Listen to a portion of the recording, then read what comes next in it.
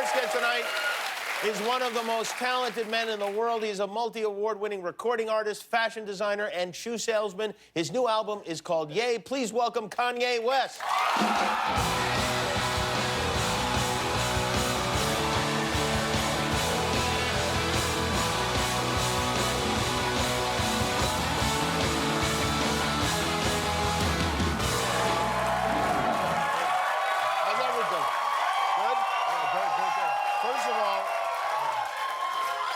Thanks for being here, and thank you for the shoes. Nobody ever brings me shoes. You brought me shoes. That's very nice of you, very kind.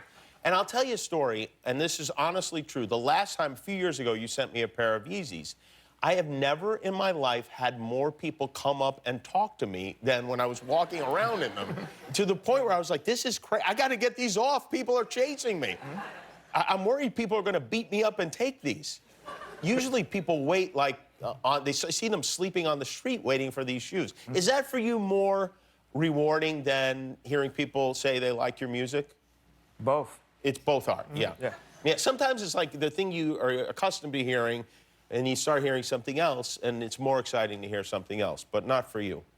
Yeah, when you go on new creative journeys, it is exciting for people to appreciate that. Yeah. Especially if people, you know, didn't think that it was possible. Like when I started off in Chicago as an artist, I'm a visual artist. Like I went to art school. Right. And I decided to start doing music, and people said it wouldn't work out. And then I started producing and selling beats, and I started selling beats to Jay-Z, Rockefeller, and that started going well. And I said I wanted to rap, and people said that wasn't gonna work. They had this term, producer rapper. It basically meant you wouldn't rap as good as the real rappers. And, you know, that started working out. Then I said I wanted to design clothes. And then that started working out. So what's the next? What is next for you? Well...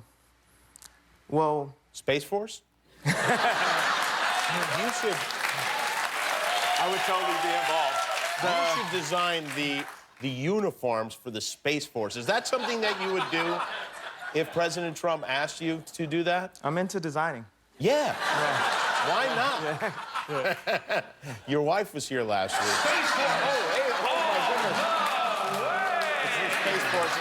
Oh, my goodness. Somebody put a leash on him, will you?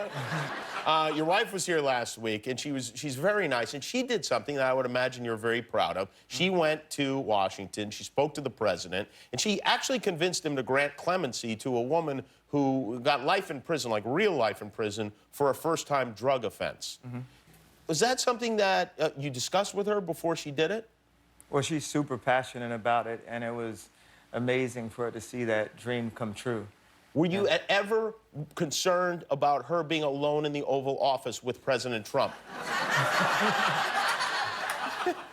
Well, he is a player.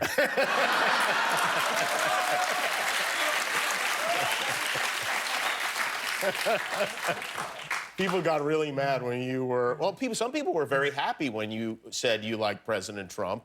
Do you think he is a good president? You're going to ask me, can I answer the first question you're going to ask? Answer whatever you want. Well, you know, it's funny, you know, in this world that we live in, there's two main motivating forces, and I tweet about it all the time. It's love or fear. And you can't explain love.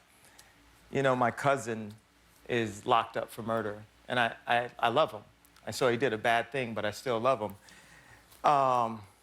And just as a musician, African-American, guy out in Hollywood, all these different things, you know, everyone around me tried to pick my candidate for me. And then told me every time I said I like Trump that I couldn't say it out loud or my career would be over. I'd get kicked out the black community because we're supposed to have a monolithic thought. We can only be Democrats and all. So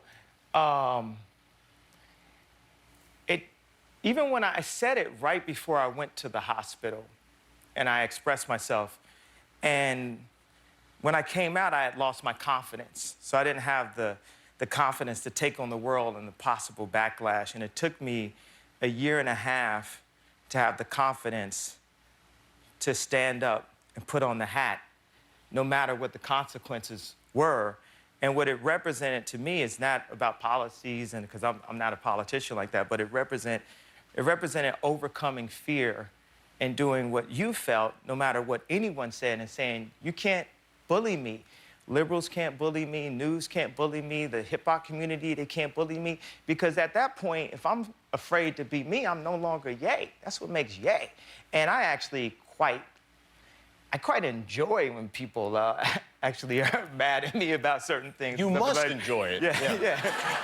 I actually quite enjoy it. Because your wife was mad at you, right? I mean, according to your song, your wife was upset about that. Right or wrong, or even if I changed my mind about it or thought about it more, which I'm not saying I did, just place a thought out there that everyone's not thinking sometimes. Galileo, they want to chop his head off for saying that the earth, what do you say, the sun revolved around the earth, right? Vice versa.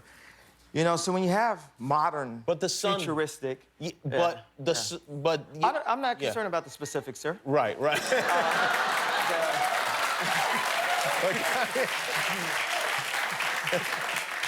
Do you ever regret anything you say, or is it just like you just look at it like, hey, I put it out there, it's out there, there's no point in regretting it?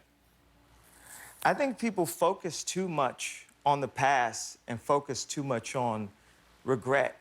Even like when you deal with schools, like you take like the slave idea. My point is, I've heard of history class. I've never heard of a class that breaks down how you balance a checkbook or how you control your finances, which my father never taught me that. And I've never heard of a future class. So they keep us so focused on history that we start to believe that it actually repeats itself. And we become overly traditional, and we can't advance as a race of beings. We get too caught up in the past and what everyone's saying and what everyone's tweeting, and sometimes you just have to be fearless enough to break the simulation. And when I mean simulation, this is what I mean by the simulation. Sorry, I know you guys wanted to clap, but everything I'm gonna say is gonna be amazing.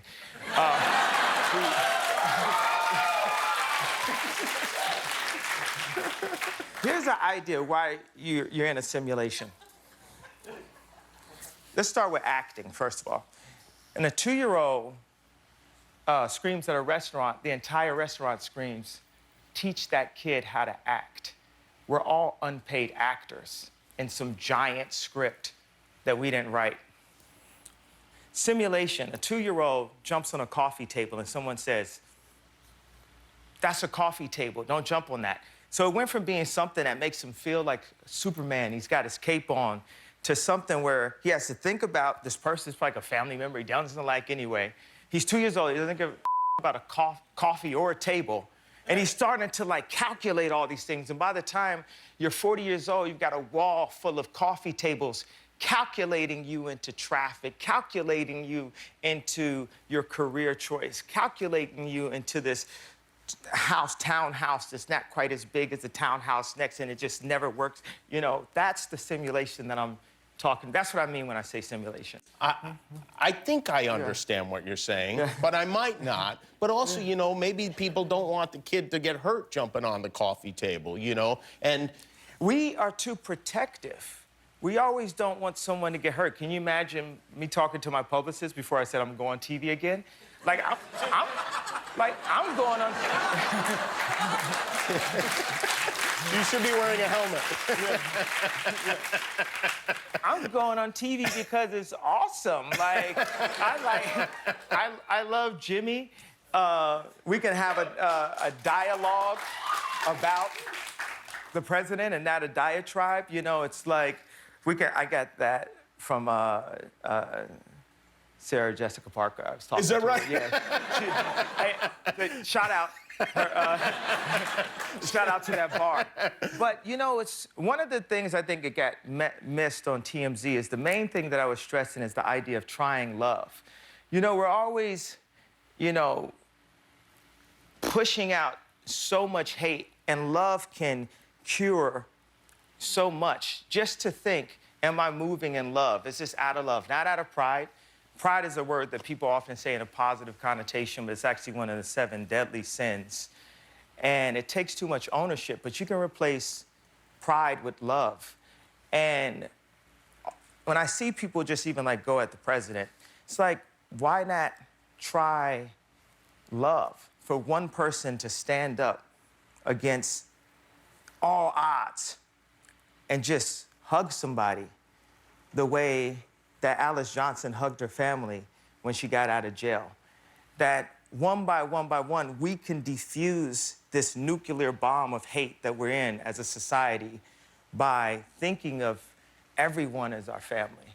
And how would we treat our kids? How would we treat our I think that's a aunties? beautiful thought, but just in literal terms, there are families being torn apart at the border of this country. There are literally families being torn apart as a result of what this president is doing. And I think that, you know, we cannot forget that, whether we like his personality or not, his actions are really what matter. I mean, you so famously and so powerfully said George Bush doesn't care about black people. It makes me wonder what makes you think that Donald Trump does, or any people at all.